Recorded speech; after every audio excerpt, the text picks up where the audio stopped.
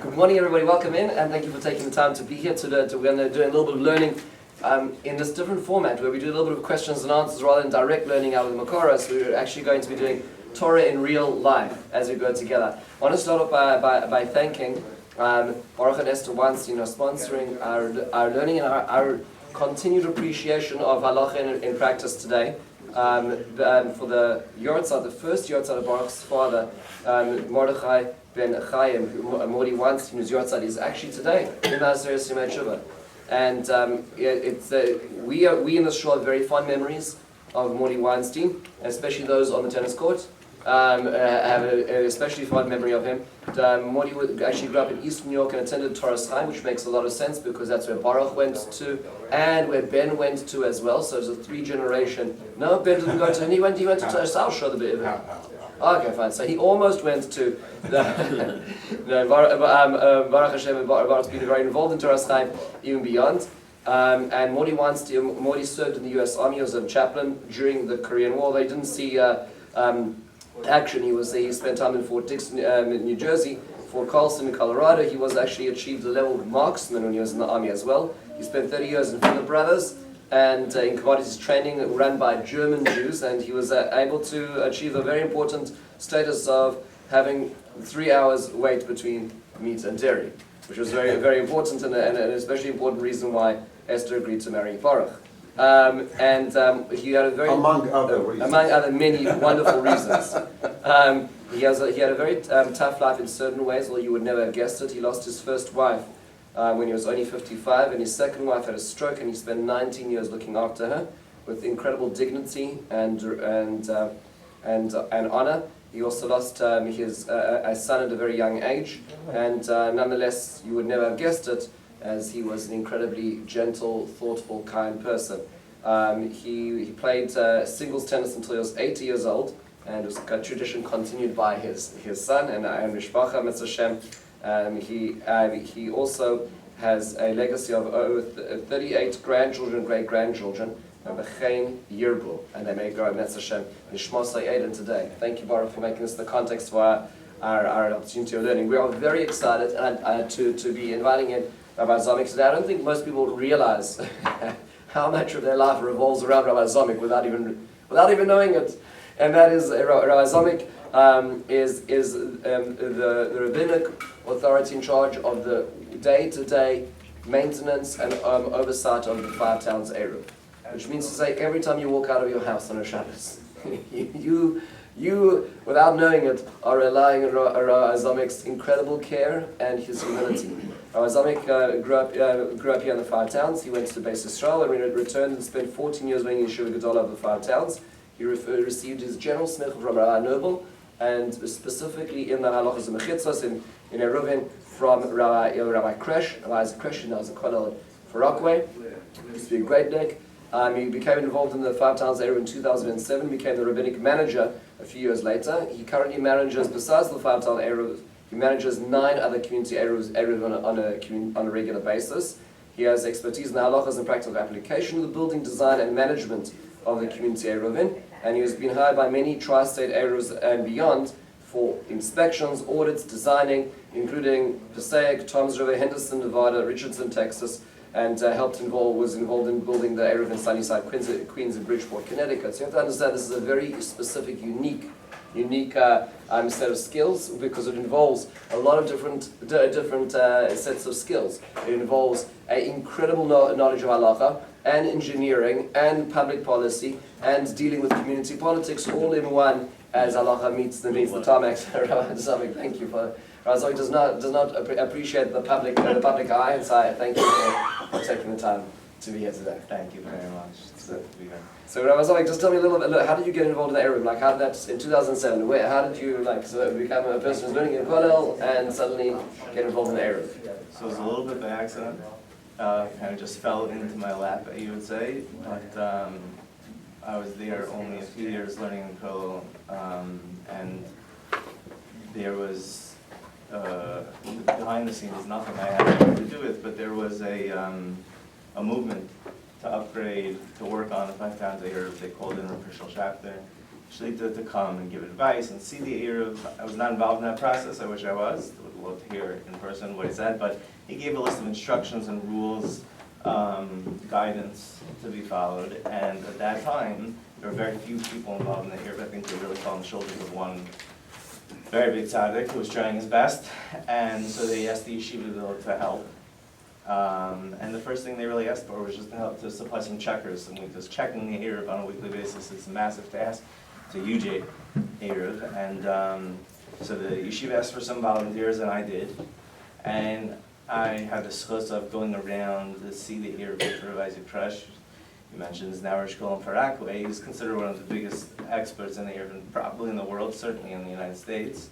And so a handful of us, I would say 5 to 7 guys, we went around with him. He showed us different sections of the Eruv. He showed us what Shachter's instructions were. We're trying to help the community work on that Eruv. And I was just absolutely fascinated by the halachas, how they apply practically. You know, it just took me, I guess you could say, and so I spent maybe more time than everyone else talking to Rav Crash, and I decided to sit down and learn the sugyas inside and learn the halachas, and one thing led to another. What really happened was that this community used to rely on, like, the number I've heard is 23 tri-state Eruvin were using, up until about 20 years ago, a sign guy who just many years ago was brought in to do the repairs for all the different community. There had been a guy with a bucket truck who was a well-meaning, nice guy. I don't think he was Jewish, but he was busy. And one of the very frustrating things was we would walk around one week and see a part of the Eruv, and then we would give our recommendations, and they wouldn't get fixed. He was too busy. He didn't get out there. He didn't make it. So me and a friend, we were in Kol 3 Siddharm a day, so we didn't have much time, but we got up 4 o'clock in the morning every morning, threw a ladder on a minivan, and I guess we knew how to use tools a little bit, and we just started making the repairs ourselves. And that kind of spawned into, eventually we realized we couldn't just do this with a ladder and a minivan. We raised some money and bought a very used old bucket truck, which has long since been deceased, but we continued the repairs. He ended up moving away, so it fell really on me, but ultimately it just made sense.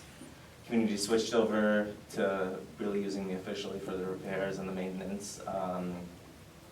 We grew the checking, the amount of people from yeshiva checking grew to about 20, and slowly,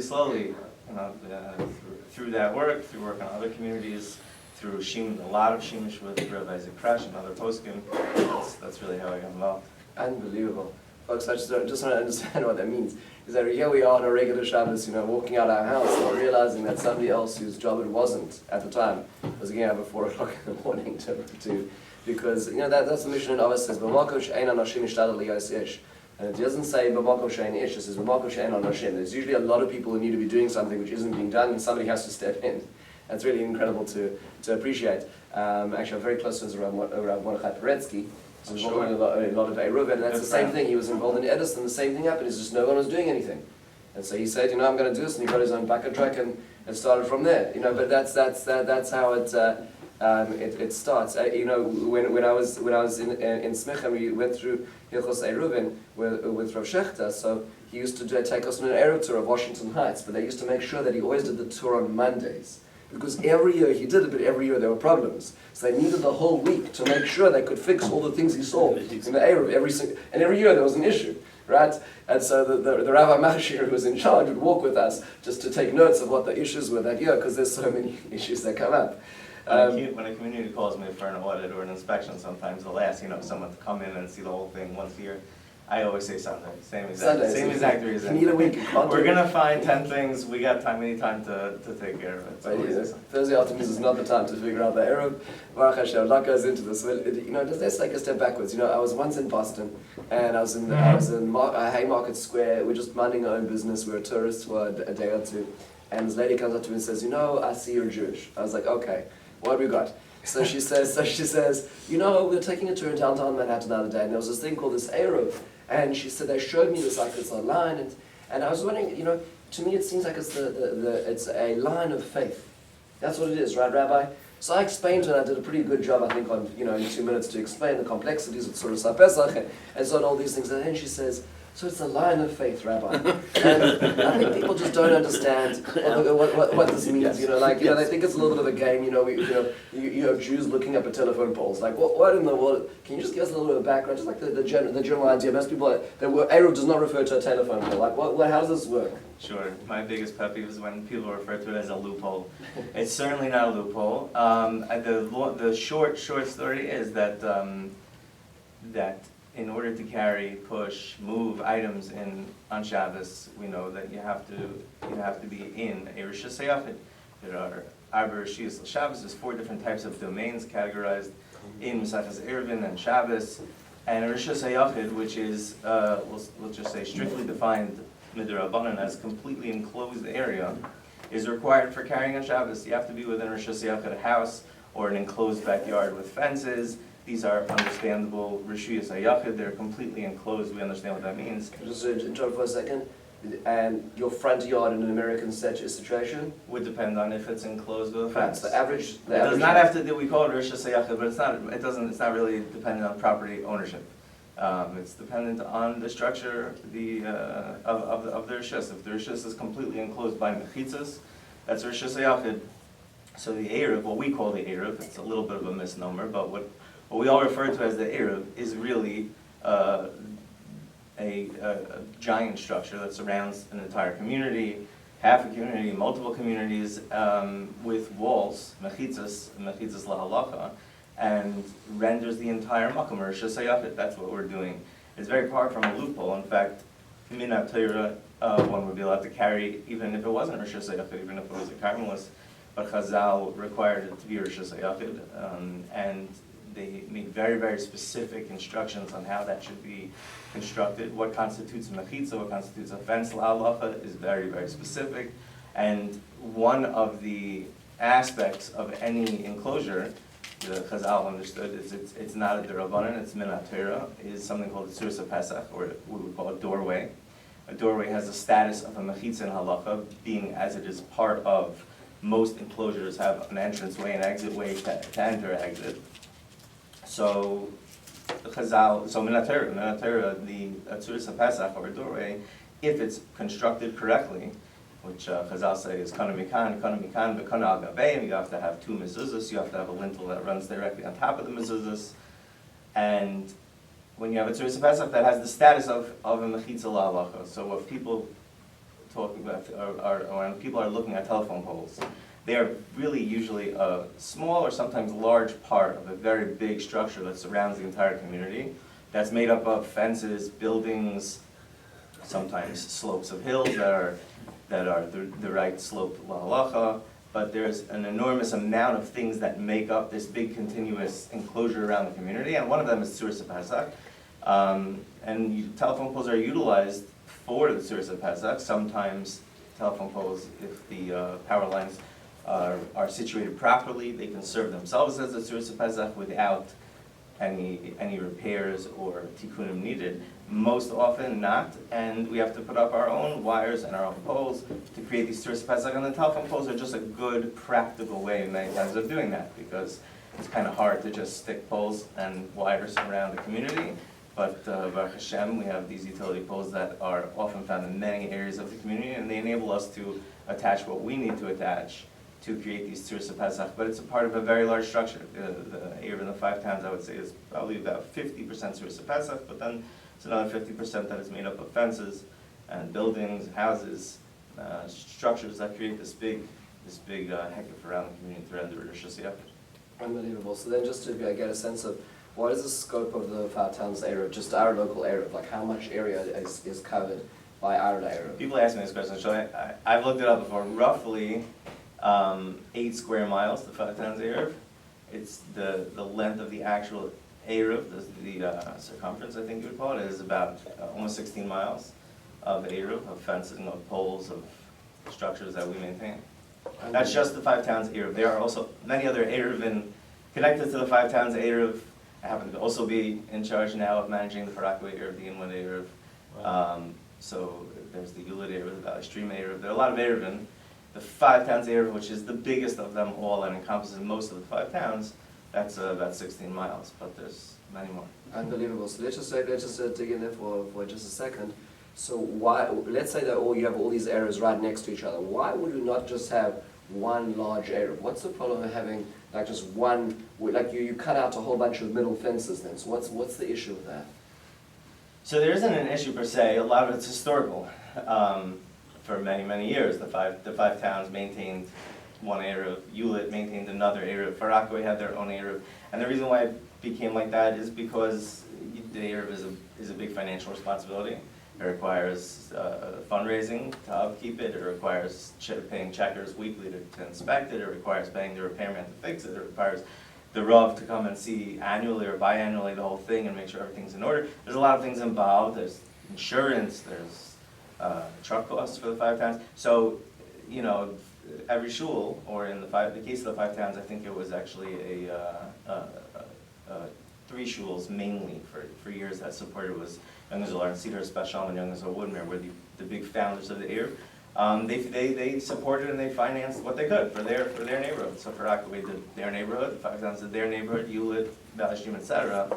Ultimately, the five towns Eruv now in its current form, which is made up of a conglomerate of all the shuls as a board that has a member, I think, from most big shuls in the area. They took over maintenance of almost all of them. Farakwe is still technically a separate Eruv, but now most of them fall under the umbrella of five towns Eruv. And the truth is that keeping those dividing lines between them is smart, because if there would ever be something that happened during Hurricane Sandy was the last time I remember a big event like this, but when Sandy hit and the Eruv were destroyed, we were working on it for weeks, it was very, very helpful to have those dividing lines. You didn't have to have the entire five towns of Barakaway all down immediately. We were able to repair this section, and then we were able to repair subsequently another section, and slowly we were able to get everyone back online. So it's important to keep them separate, and you know, since they were created that way, it makes sense to maintain them that way. That's normal. I remember we had a few years ago, we had a hurricane which affected some of the South Lawrence mikveh. There was one Eruv, and then yes. Since Sandy, there was one other time when the Eruv was down. I don't think it was a named storm, but it was a big storm that happened on Erev Shabbos, and yeah, that was the last time that happened. Right, but I remember at the time that because we were able to subdivide it, because we could actually cut off the Eruv at Broadway, which made it a lot easier, just affected one section of the five towns area, so sort of like that bifurcation is very helpful. That is true. That actually was erected in order to save most of the five towns area that week. That was not one of our existing or maintained divisions, but we saw that we were able to save most of the Eruv by running it down Broadway, so we did that over the night, Thursday night. So you created a separate unit in order to say, just in case, as you know, the five towns area came through at 5 o'clock on a Friday afternoon. That was when the South Lawrence everything was actually fixed, but it was quite a moment of time. Baruch Hashem for the five towns. It was very close to actually having to remember the Hamelach of HaTzochah, folks. But let's just want to just talk a little bit about. You mentioned like there's a Rabbi Machshir. The Rabbi Machshir goes through annually or biannually to check the Eruv. Can you just explain the importance of the Rabbi Machshir, but then also the importance of the day-to-day upkeep? Like meaning like the importance of both of having both these pieces in place. Yeah, I'll tell you a story about Rabbi. I mean, Rabbi Machshir is very important, like you said, and that's because obviously Eruv the Hilchos Eruv are very, very complex. There's lots of different shittas and a lot of machlokes when it comes to the proper construction for an Eruv, and so it's important for every community to have a Rav who's an expert in Hilchos Eruv to turn to when you have your big shilas, when something comes up, and like you said, it's important to have a thorough, let's say, annual inspection at least of a community Eruv by a Rav Machshir, by someone who's an absolute expert, in order to ensure that that everything is still in good condition, because the Eruv changes constantly. I won't say weekly anymore, but very, very often something happens. They have to make a small fix, reroute the Eruv here, reroute the Eruv there, and so things change over the course of time. There's expansions. It's important to have the Rabbi Machshir in place for that reason. At the same time, the Rabbi Machshir is not, in essence, it's maybe not the correct term if you ask me. He's not really the Rabbi Machshir. He can't be, because he's not weekly seeing what happens on the Eruv, and so really the Rabbi Machshir is the person or the people who are involved on a weekly basis who are making the decisions every single week how to fix this problem that happened this week, how to reroute the Eruv when construction is in the way, some people need an expansion in this area of the neighborhood. We think those are the people who are involved, and hopefully that they're responsible and they're good people. They're obviously consulting with the Rabbi Machshir, but it's hard for the Rabbi Machshir to see an Eruv every week, so to take responsibility for it is very difficult. If you speak to most Rabbanim who are labeled as the Rabbi Machshir for an Eruv, they'll tell you when you call them. I can't tell you whether the Eruv is kosher because the last time I saw was a year ago, but I can tell you that they do a great job, or whatever he can tell you. But I was recently speaking with the son of Rav Shimon Eider Zatzal. Rav Shimon Eider was famous for being one of the first pioneers to go around under the guidance of Rav Moshe and then on his own and set up Eruvin around the tri-state area. And his son told me that his father was lamenting to him many, many years later that he would go to communities and they would say, oh, you're the Rabbi Machshir of my Eruv and our Eruv is kosher because of you. And he said, what are you talking about? I haven't been to this community in 20 years. I helped you set up the Eruv, but I don't know what it looks like anymore. So it's important to understand that the Rabbi Machshir plays a vital role, but the people who are in charge of maintaining it every week play just as much of a vital role in the kashrus of the Eruv. I didn't appreciate this fully, and I was just hanging out with Rabbi Peresky's. We were in yeshiva together like a few months ago, and he was talking to me about how he makes a spreadsheet of every single poll in the Eruv because changes happen so often. Can you just give me an example of those kind of changes? What are the kind of things that happen on a week-to-week, month-to-month basis that relate to the fact that it has to have upkeep all the time? There are so many different things that happen. I will say that every Eruv is very different. The 5 towns of Eruv happens to be, I've seen many Eruv in the United States. And the 5 towns of Eruv is unique. They're all unique, but the 5 towns of Eruv is very unique because of just the different types of areas that we work in. We have the Eruv runs through Woodsburg and back Lawrence, which is their own animal. There are no telephone poles there. You're dealing with private properties, sometimes very big properties with lots of trees and overgrowth and landscaping and maintenance. That's one, aspect of our Eruv. Then we have, very busy, high traffic areas like Peninsula Boulevard and Rockaway Turnpike and 878, and there are and everything in between.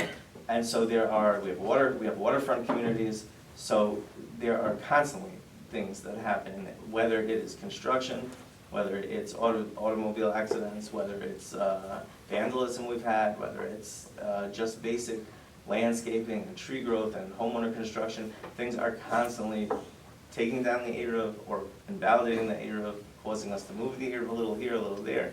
So that's because of all the different things that happen, and because it's so large. So you're talking about 16 miles. So on any given weeks, for something to take place along one of those stretches is not uncommon. And Rabbi Peresky's right. I mean, this happens in all Eruv, and I think in the 5 towns we have maybe even a more unique situation because of how large it is here.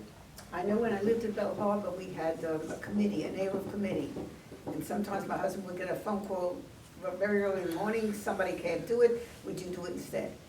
So that I know is volunteers, the checking. But what about this neighborhood has a shul on every corner? Do they pay also for Eruv? Baruch Hashem, I'm not in charge of the fundraising. I think that would be too much for me, but my understanding, I work with a very big tzaddik, a fellow named Elliot Waldman, who completely, as a chesed to the community, does not get paid for his time, but he takes upon himself to fundraise and manage all the finances for the year. We have like a $100,000 budget a year annually. And my understanding, the way that he reorganized it, that they did reorganize it back in 2014, I believe the idea is that every shul in the community is responsible based on their membership. All right. A certain amount of money per year, and the Eruv then approaches the shul and to collect the annual dues. And each shul, I assume, collects their funds differently. There's different methods of doing it, whether it's appeals or personal letters or whatever they do. But the Eruv is really turning to the shuls in the community, the yeshivas in the community, and based on membership, asking them to contribute to help us reach the budget. It used to be, as Zomick said, that it used to be Young Israel of Lawrence-Cedarhurst and Shalom really were the shuls that underwrote the Eruv. So the big shuls and the people in the community, Baruch Hashem, were the ones paying for the entire communal service. We've had to shift that model because it's not fair that you have these shtiblach, who are just benefiting with not paying their way. And so Baruch Hashem, Rav Eli's done an incredible job. I want to just ask you, like, just to give you a sense of the maintenance. How many people are spending time on a weekly basis, like going out and doing this? Like, So we're very blessed over here. One of the biggest budget items in most of the Eruv are the weekly checkers. There are some communities, like you said, Bell Harbor, that have volunteers, but it's rare nowadays. It's even though people think of it maybe as an easy thing, you go out once a week, you check the Eruv, but the truth is it requires a lot of commitment, because it doesn't matter if it's snowing, raining, boiling hot, a hurricane. Either way, they got to go out. Erev Yom Kippur, Erev Yom Tov, Erev Shabbos, all the times no one wants to be out. So most communities have to pay for the checkers a weekly fee, and that's a big part of the budget. In the 5 towns, we do have some areas that we do have to pay checkers for, but the vast majority of the 5 towns Eruv is checked b'chesed from the Bakram and the Young Israel of 5 towns. They still donate their time. We've actually approached them and asked them if they need money. The Rosh Yeshiva is adamant that he wants it to be a chesed project for the yeshiva, and so we have about 20 or so boys from yeshiva, men and boys from yeshiva who volunteer their time and go out. They split up into groups. We have a rotating system so that they're not checking the same section every week. They rotate around 10 different sections. We divide the Eruv up into. Each one takes approximately an hour, give or take, and they split into groups of 2, I believe, and rotate so the vast majority of the 5 towns Eruv is checked by people donating their time for Yeshiva. unbelievable. I don't know if anybody just realized that. That's an incredible piece of information. We should be in great debt to the yeshiva for. I want to add, we're in great debt, and also it increases the quality of the checkers like immensely, because most communities cannot afford to pay 20 people every week to pay the event, so you're really giving a much bigger chunk of work to a much smaller pool of people. This enables us to have an excellent group of checkers who all are doing it because they want to do it and they want to make sure the Eruv is kosher, and rotating 20 people around the Eruv every week ensures just a higher quality of checkers. You should have gone to the 5 towns. Which one? You should have gone to the 5 towns. It's an incredible thing just to think about that. What a unique situation we have on the So I just wanted to go into a little issue that actually occurred just recently in the last 2 weeks. Rabbi Zomick and I were speaking. We were talking just 2 weeks ago about a situation that arose where it came to Rabbi Zomick's attention that a number of houses that were backed onto the golf course had taken down their back fence, right? And Rabbi Zomick dealt with the issue. I put him in touch with some of the neighbors who were living there. But it became clear that sometimes a number of people were removing their back fences, whatever reason, or they'd fallen down. And so we sent out an email in the shul just for any of the property owners who are doing this or have a concern about this to reach out to Rabbi Zomick. Can you just explain like the issue so people don't understand golf courses and how this works in relationship to the Eruv? Sure. So the short version is as follows. Even though what's required in order to carry on Shabbos is a Rosh Hashanah, like we spoke about before, an enclosed area, not all Rosh Hashanah are created equal in the eyes of Chazal, and they require not only that the area be enclosed, but that the area be enclosed for the purposes of dwelling and living, what we call mukaf lidira. So there are different types of issues. You can have an enclosed area like a factory or a storage lot, and that's not an area that's enclosed for the purposes of dira. When it comes to such areas, there is a size limitation. Chazal forbade carrying in such a Rosh Hashanah if it's more than a base of Sayim, which is 70 amas by 70 amas, not such a large area. I forgot the square footage of it, maybe between 15,000 and 18,000 square feet, approximately. So when you have an area that is not mukaf l'dira, you can't carry there either.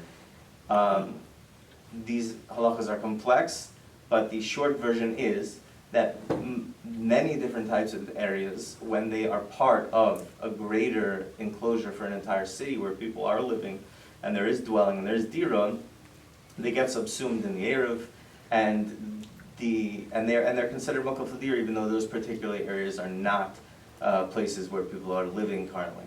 However, Chazal outlined 2 very specific types of areas that they said are impossible to live in, their areas unfit for living, and therefore they cannot be included in an enclosure that we would allow carrying on Shabbos. They can never be made roy l'dir. They can never be made enclosures that are for the purposes of living.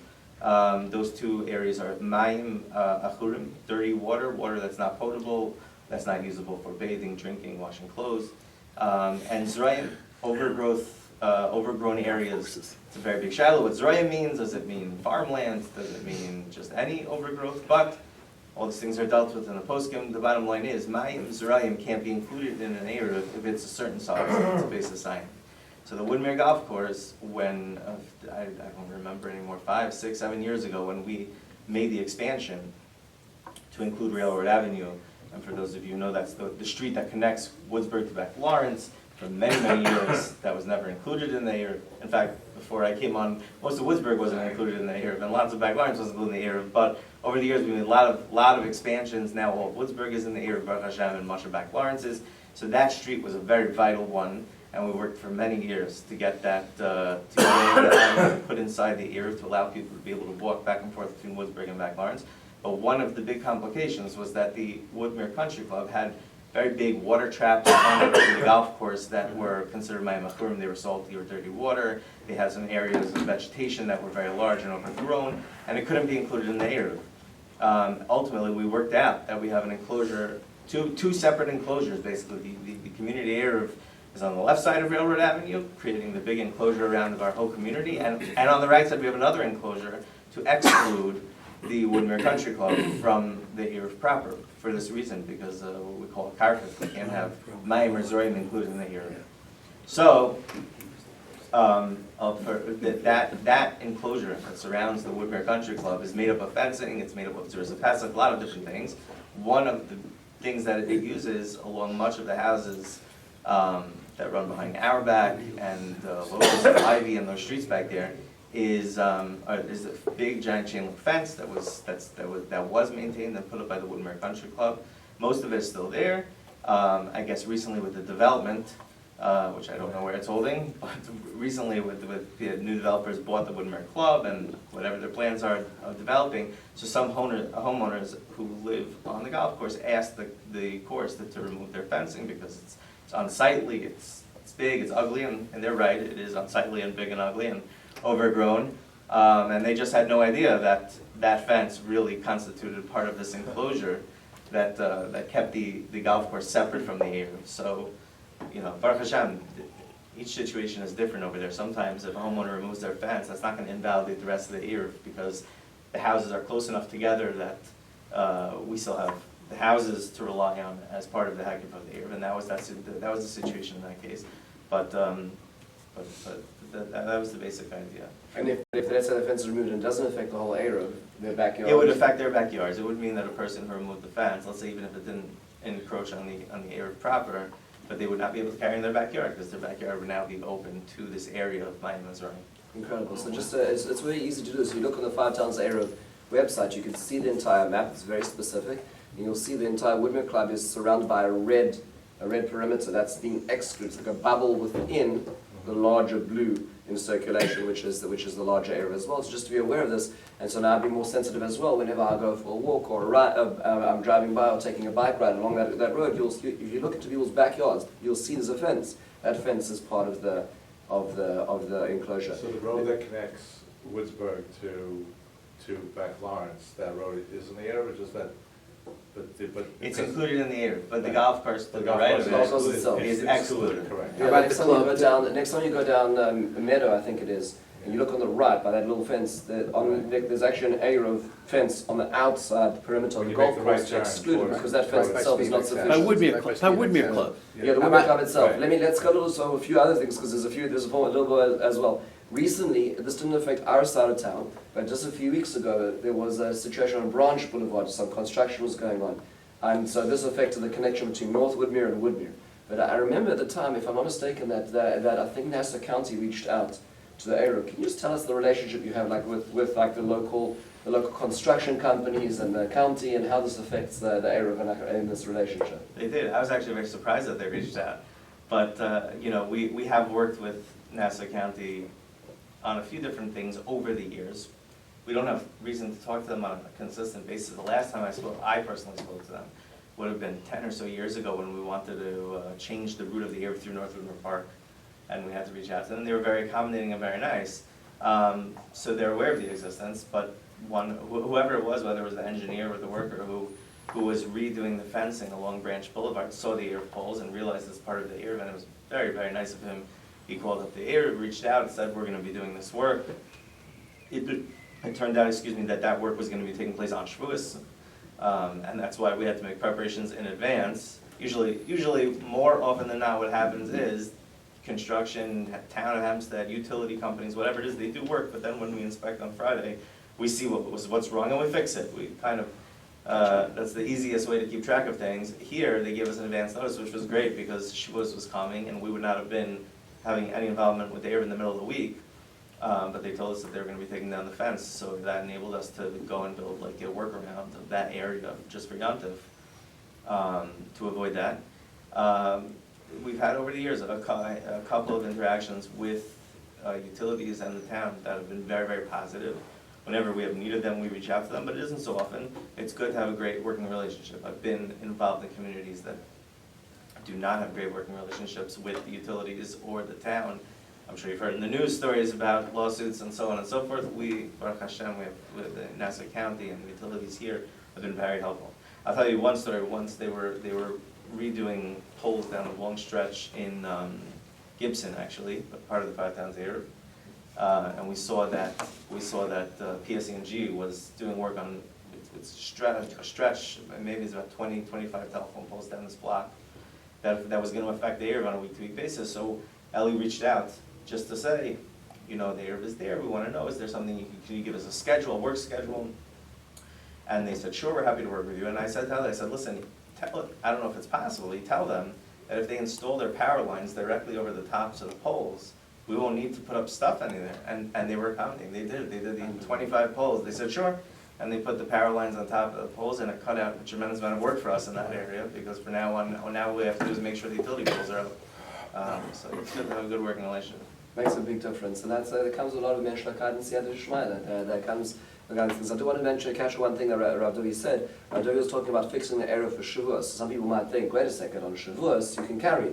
The answer is on Yom Tov you're allowed to carry only letzorech, which means Hoitzah is one of the 5 halachas which is allowed on Yom Tov, but it's only allowed letzorech, which means it needs to be the need of Yom Tov. It has to be some sort of tzorech ksas. There's a discussion in halacha what that tzorech is, which means that we're used to thinking on Yom Tov you carry even if there's no Eruv. Not so simple. Are you allowed to take your talis back from a shul on a Yom Tov? Not so pashut. That's not considered a tzarech. So people think it's carte blanche. It's only carte blanche because you have an Eruv on Yom Tov. If there were no Eruv, we would not be able to carry anything. We'd only be able to carry things that are necessary specifically for Yom Tov, and that would have put the community in a lower jeopardy. We'll take questions at the end. I want to just get 1 or 2 other points over here. When Rabbi Tights allowed the Eruv in Elizabeth, New Jersey, one of the conditions he made was that there would be one Shabbos a year, there was no Eruv, so people would not forget about the Melacha of Hoitzah. For many years, they took down the Eruv in 1 week a year, and everybody had to remember what it was like. And it took a long time for the community to rebel, and they couldn't withstand this level of Shmiras Shabbos. It became more difficult. But we always struggle. On the one hand, we're trying to give people the opportunity to build community, and the Eruv helps us. On the other hand, is you ask your average person, they have no idea about Halacha. So how do we balance the two? Is taking down the Eruv too drastic? How do we? Imagine trying to do that in the Five Towns. Yeah, right. Baruch Hashem, this is a very large community. I'm sure there are multiple simachot going on every week. So who is Simcha? Are you going to tell them that they can't have their relatives carried to shul on Shabbos? It's an impossibility here. People have brought it up before, but it's Baruch Hashem. It's too large of a community with too many things going on to take it down any given week. So I would say it really falls on you, Rabbi. The education about Malacha of Hotzah, which you are right, is a sorely neglected topic most often, is definitely up to the Rabbanim to do things like this, but Malacha of Hotzah is a big thing. I remember after Sandy, when it came down, that was one thing that we scrambled to do on top of everything else. We scrambled to put together just as easy as it could be an explainer guide to email out and send out to the shuls and leave just a brief Hilchos Hotzah rundown. Here's what you can do, here's what you can't do, because many people are just left with, whoa, what goes on now? The first time in many people's life, when I grew up, it was with key belts, The way we got back into our house, we had to have the key on as part of the belt, and that is that you got your standard Judaica store standard issue.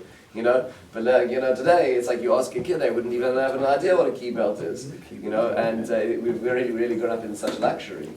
It's a different world. But one of the questions that's always complicated is because, as you mentioned, there's such a gradation of shittos as to what to rely on, what not to rely on. How do on the one hand do you help create an Eruv which is encompassing most of the shittos, most of the opinions, but at the same time is also related to the reality of the complexity of the situation, where sometimes it's almost an impossible reality. Like how does one balance that when constructing an Eruv?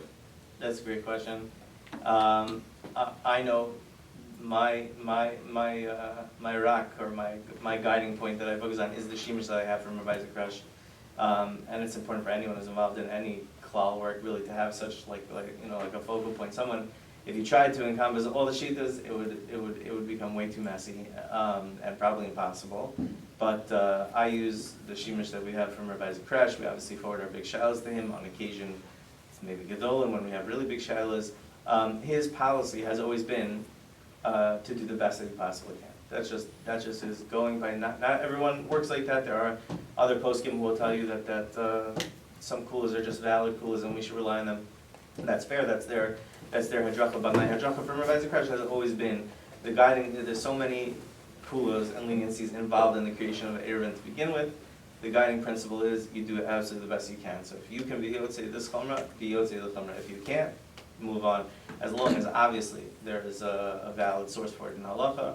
But that's our principle. We do the best that we can. We try to accommodate, make the Eruv best, and we do a great job. I think, and I know compared to many other communities, the 5 times Eruv is on a very, very high standard in terms of halacha.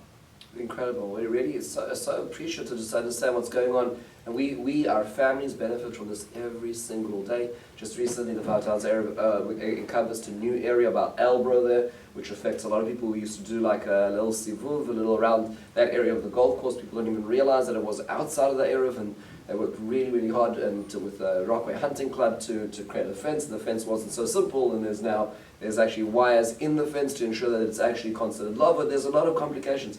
So much that goes on with this, and we're so appreciative, first of all, Duvie, for everything you do, for the care behind the scenes, which nobody will ever really know fully the amount of effort that goes in. But thank you for also educating us a little bit about this. I'm going to open up for any questions, or a few questions beforehand about the Eruv. Yes. If you go to Brooklyn or to Manhattan, what would you do walking there on Shabbos? I would follow the opinion of Moshe Feinstein's Zatzal. I would not carry. It's confusing for persons living there. It is. Huge. It is. Very Shmuel? It's my understanding that you need a consent of all that are in or within the Eruv. How do you get that? I assume you're referring to for the Eruv Chatzeros to be valid, that you can't have people Correct. be mocha. Correct. Yeah. So my limited understanding of the halacha is that it would require an act of macha. The Eruv is considered Chazal say a schus. That's why when we make the Eruv Chatzeros, for any of you who don't know, the Eruv Chatzeros is not related to the mechitzas that we were talking about. Eruv Chatzeros is the true where the true word Eruv comes from.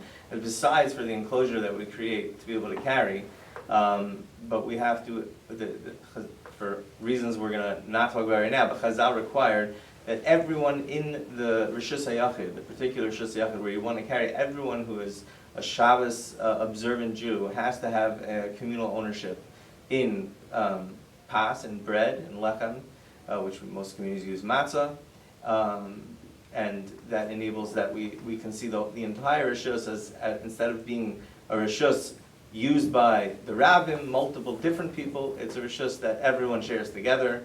That is the Eruv Chatzeros that we make.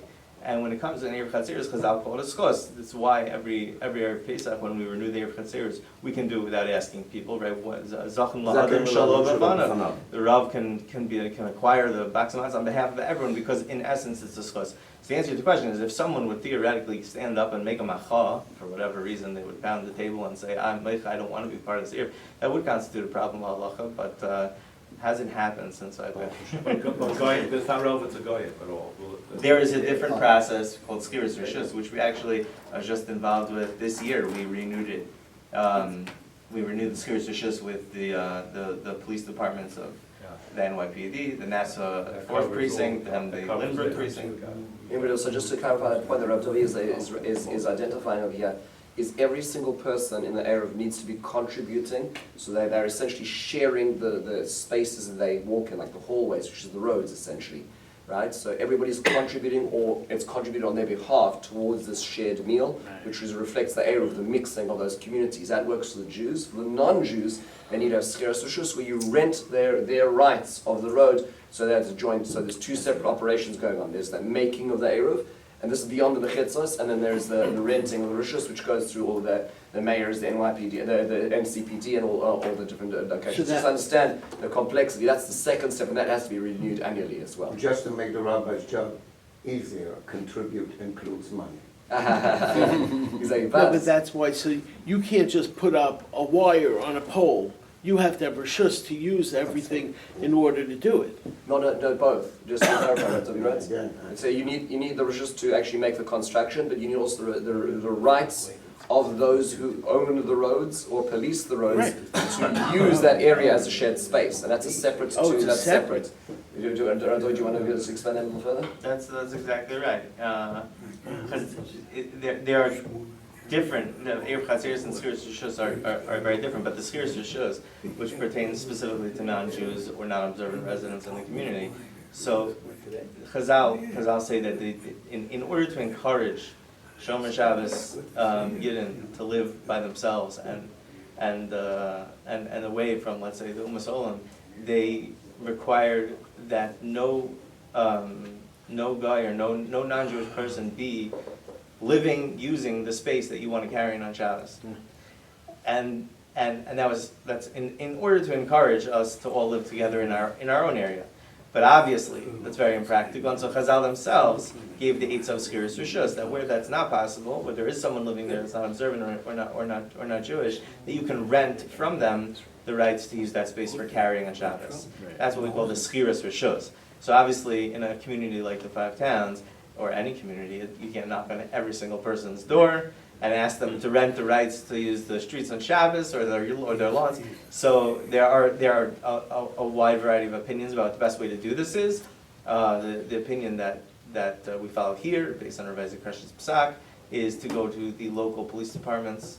That's because, again, to make a long topic very brief, traditionally maybe you would go, and we talk in the post-game in Chazal, they would go to the Duke or the government, the government that owns the land, and make the skiers from them. But nowadays in America, the Constitution kind of forbids them from throwing anyone out of their private property, which makes that a little bit more complicated la halacha. So the method we use over here is to rent from the police, because practically speaking, even if it may not be legal, if a crime were to happen or an emergency were to happen, the police obviously can and do put their caution tape, their markers, they close off areas, they have that ability. And so because they have that ability to kind of control the public domain, we rent from them. So much goes in, you don't even realize. Yossi. So I know, like in bungalow colonies, if you have a guy living on grounds because he's a caretaker, so we have to take care of him as well, the same way.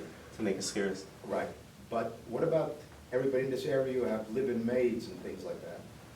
Well, they're not, I don't think live-in maids would constitute, It would be the same. I mean, the as short answer is caretaker, no? anybody who does constitute someone who's living here and owning property here would be included in the skiers rishus that we make in the police department. I'm not sure, just gonna plead ignorance, if a live-in maid would constitute someone that you would need to do a skiers rishus from. Since she's living in your home, I'm not sure she's, Chazal, we're really talking about a non-Jewish person who has their own residence that uses the You communal also space. understand that? One So of meaning the- the police have the rights to the roads, and that's we're not interested in their houses. We're interested in the roads and the rights they have in those roads. But The lawns. Yeah, exactly. So the police have the rights to cordon those areas, which is why they have the right to also do the Schiras Rishus to us. One other thing, because I've seen it in Borough Park, which is very strange, because I'm walking around not carrying, and I'll see them are carrying. But they also have like a bunch of goyim who even fix it on Shabbos. Is that something, I saw that happening. The Mishnah Berurah Paskins that if the Eruv comes down on Shabbos, that you can ask a non-Jew to fix the Eruv. Yeah, because it's only, because the repair is only a malacha d'Rabbanan, and a mir la'akum is a d'Rabbanan, so it's a mir la'akum and d'Rabbanan l'tzarech mitzvah or l'tzarech rabbin, he calls it. That's a specific psak he does bring on the shiva. For this whole big area, how many Eruv Chatzeros are there? I know in Far Rockaway it was always by Vaguda. Yeah, so I don't know the answer to that question because when I first took over this area many years ago, I was told that every shul makes their own Eruv Chatzeros. So I don't know if that's true. I just know that the yeshiva makes an Eruv Chatzeros every year on behalf of the whole community. I don't know if other shuls do as well. I know Far Rockaway makes one Eruv Chatzeros, yeshiva makes one Eruv Chatzeros. I believe Bayswater Eruv also makes a separate Eruv Chatzeros. So growing up in Far Rockaway, I remember, there's a few of us Far Rockaway guys. I remember the early '70s when they brought the Eruv to Far Rockaway. So growing up, we never had it, and we knew not to carry on Shabbos. And unfortunately, kids nowadays have no idea, obviously. But I remember, I seem to remember Rav Moshe Paskin, Far Rockaway Eruv was one of the better Eruvs, because it was like Far Rockaway back then was a shtetl. It wasn't like it is today. And I'm wondering if the idea of the Brooklyn Eruv, Queens Eruv, Manhattan Eruv, of not being as pashut as with the Far Rockaway Eruvs, is it a function of it possibly being a Rosh Hashanah, or is it a function of it just being a more metropolitan area? Well, you hit the nail on the head. It's Rav Moshe specifically what his kind is about the Brooklyn and Manhattan Eruv is that he believes it's a Rosh Hashanah d'oraisa. We should say the halacha is that you cannot just create Rosh Hashanah anywhere you want. We have a halacha called Asir Rabbim Vatum Echitzta, which means very simply that if you have a Rosh Hashanah min haTorah, which they're very different, a big machlokes haposkim, what constitutes a Rosh Hashanah min haTorah. But if you have such a thing, Even though that Manhattan is an island? even though Manhattan's an island, yes, Rav Moshe talked about that, but that was not helpful to him. If you have a Rosh Hashanah min haTorah, you cannot surround it with Suris Pesach to create the enclosure and make it Rosh Hashanah Yachid. And Rav Moshe held, I think for reasons that are beyond the scope of this year, but I'm happy to talk about it if you want, he held that that Manhattan and Brooklyn, because of their population density and a certain amount of square mileage, which he had his calculations as to how to make that, he held that those were Rosh Hashanah d'oraisa and therefore could not have an Eruv. But for Rockaway, Kew Garden Hills, I never heard that he passed specifically about Far Rockaway, but it should be pretty simple based on his ruling that Far Rockaway would not fall into that category. I know the community he did say doesn't fall into that category was Kew Garden Hills. He felt the population density there was not too great to render it Rosh Hashanah. Certainly Far Rockaway would not fall into that Far category. Rockaway was less dense than Kew Garden Hills. Still is. Back Yeah. then, still is now, So for those who hold of the Eruv, let's say in Brooklyn, all the No, back Hasidim, then, for whatever, sure, can you partake in something that they carry for you? I mean, if they can, If they brought you food, like to the hospital? this is a halachic shayla. I don't want to answer it, but I have heard that you can. You And if they're relying on their Rav and they do something that we don't call that Ma'aseh Shabbos, that is my understanding of the halacha, but I'll forward that question to Rabbi Trump. As is Nogay, we'll discuss it. We're going to take a moment to thank Rabbi Duvie for really just like menschlichkeit. And there's so much that goes on behind the scenes. I hope this has been educational to ask more questions.